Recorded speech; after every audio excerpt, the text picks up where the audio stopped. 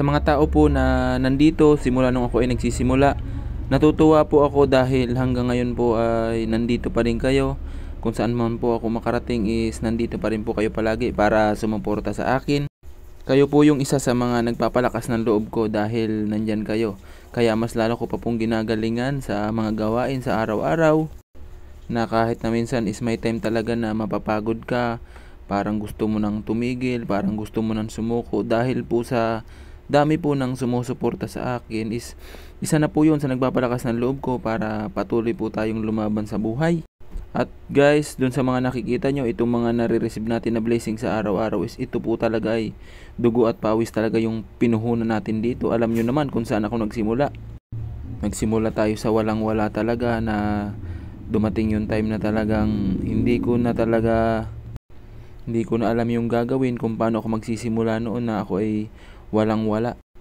Kaya noon, kahit anong opportunity yung dumating sa akin, basta't legal, talagang tuloy-tuloy nilalabanan ko kahit ano yan.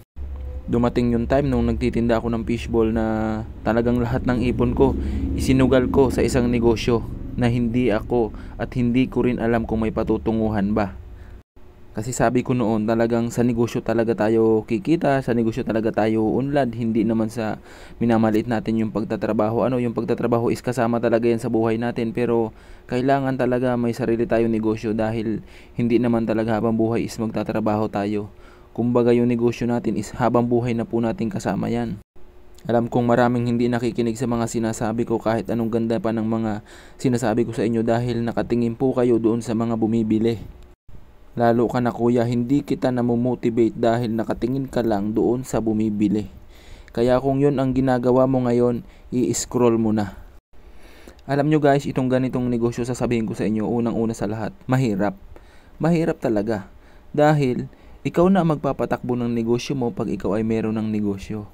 Kaso, ang gagawin mo lang dito, lalakasan mo lang yung loob mo, diskarte, at siyempre unang-una sa lahat yung pakikisama mo palagi sa mga taong nakakasalamuha mo sa labas, nakakasalamuha mo kung saan, diyan sa mga customer mong ganyan. Kailangan marunong kang sumabay sa agos.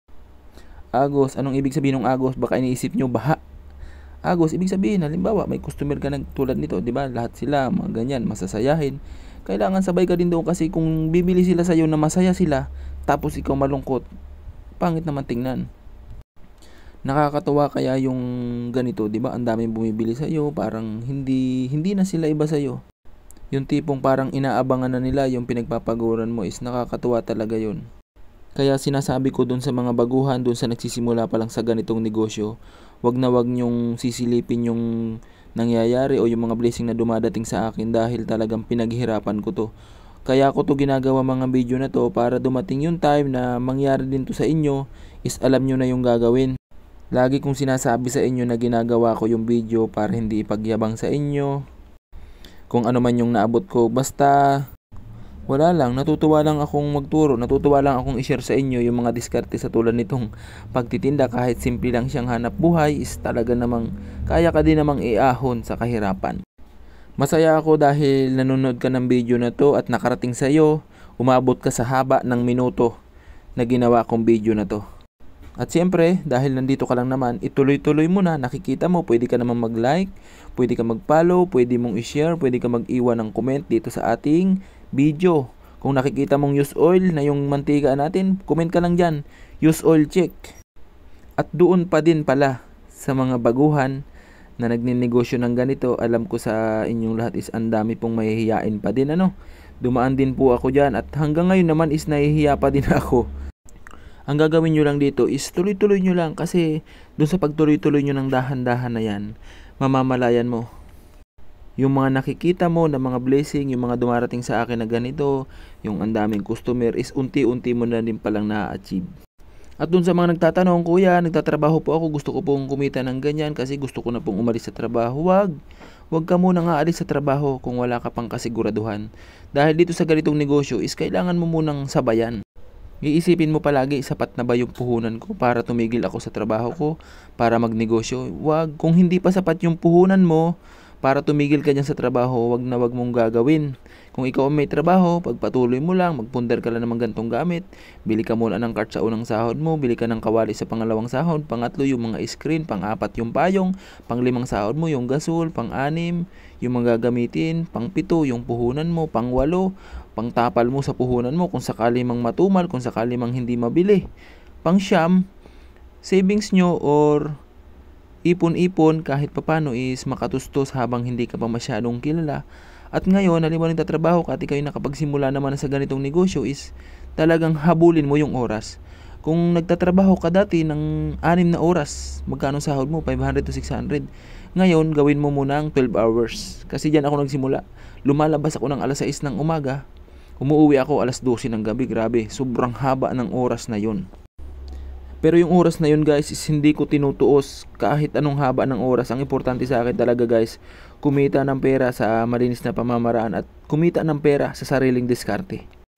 Masarap din namang mamasukan lalo pag ikaw ay nakapasok sa among marunong magpasahod ng tao, marunong tumingin na tao yung nagtatrabaho sa kanya. Napakasarap ding mamasukan sa ganyan, yung na-appreciate niya yung mga hirap na ginagawa mo para sa kanya. Yung halimbawa ikaw masipag ka, tinuring mo ng negosyo yung negosyo niya. Pag may mga amo kayo na ganyan, napaka-solid na yan. Sa panahon kasi ngayon guys, sa sobrang hirap ng buhay, kailangan ngayon is advance ka mag-isip. Halimbawa, di ba nagtatrabaho ka ngayon? Habang buhay ka bang magtatrabaho?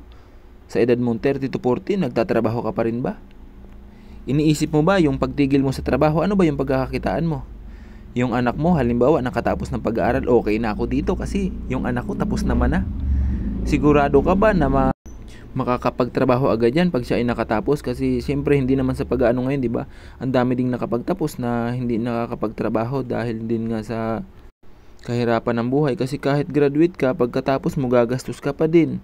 Ang laki pa rin ang gagastusin mo bago ka makapasok ng trabaho at kung ano-ano pa yung hihingiin sa iyo.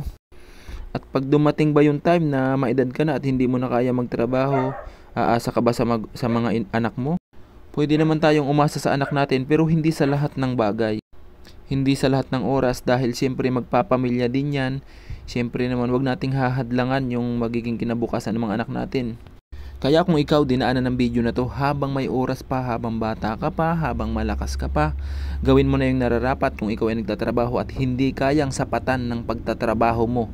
Yung gastusin nyo araw-araw, yung upa sa bahay, bayad ng kuryente, bayad ng tubig, kung yan ay tumututok lamang at ikaw ay nakakapangutang pa sa kapitbahay, sa mga Bombay na dumadaan, nakakapangutang ka pa sa mga tindahan, ako, kabahan ka na. Nagsasalita ako ng ganito dahil talaga na-experience ko yan.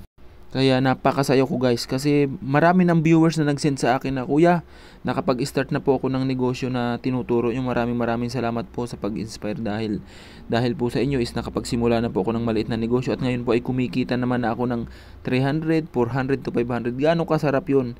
Gaano kagandang tingnan yung nag-send sa'yo ng ganon? Gaano kasarap basahin yung mga message niya sa'yo na simpleng tao ka lamang pero bakit nakakatulong ka kahit papano sa social media ganito, kahit hindi man sa financial na mga pangangailangan, isa video pa lang is makatulong na tayo, makakuha kayo ng idea. Pero kung nag-aaral kayo ngayon is wag nyo titigilan yung pag-aaral nyo kasi makiging kailangan nyo pa rin yan pag kayo ay magninegosyo. Is kailangan nyo pa rin ng pinag-aralan dahil kung hindi naman kayo marunong magpatakbo ng negosyo is hindi rin yan lalago. Kaya kailangan kung kayo ay magninegosyo, siyempre kahit pa paano is may pinag-aralan din kayo. Sa tulad ko nga ito na ninegosyo ngayon is nangungupahan na ako pero nanlilibre pa rin tayo. Parang hindi tayo nangungupahan. Hindi ko lang alam kasi wala pa akong idea, wala pa din akong alam. Tanong-tanong lang din ako kung paano magsimula sa ganitong paghahanap ng pwesto, pagkuha ng pwesto. Siyempre unang-una sa lahat, sa dami naman ng customer ko na is tanong lang ako ng tanong, kuya, ano ba yung sistema sa ganito? Ayan, willing naman sila magturo sa akin kaya ako ay nagpapasalamat din doon sa aking mga napakababait na customer. Hindi lang sila basta customer kasi makakakuha din tayo ng idea sa kanila. Tayo naman ay makukuhanan din nila ng idea. At hanggang dito na lamang po, ako po ay matutulog na dahil bukas ay maaga na naman po akong gigising para kumuha ng paninda, maghiwa ng sibuyas, bili ng harina, bili ng mga ingredients na gagamitin namin sa pang-araw-araw. Tapos pagkatapos magtinda, konting pahinga lang, mamimili na naman. Kaya babay muna, good night. Maraming salamat po.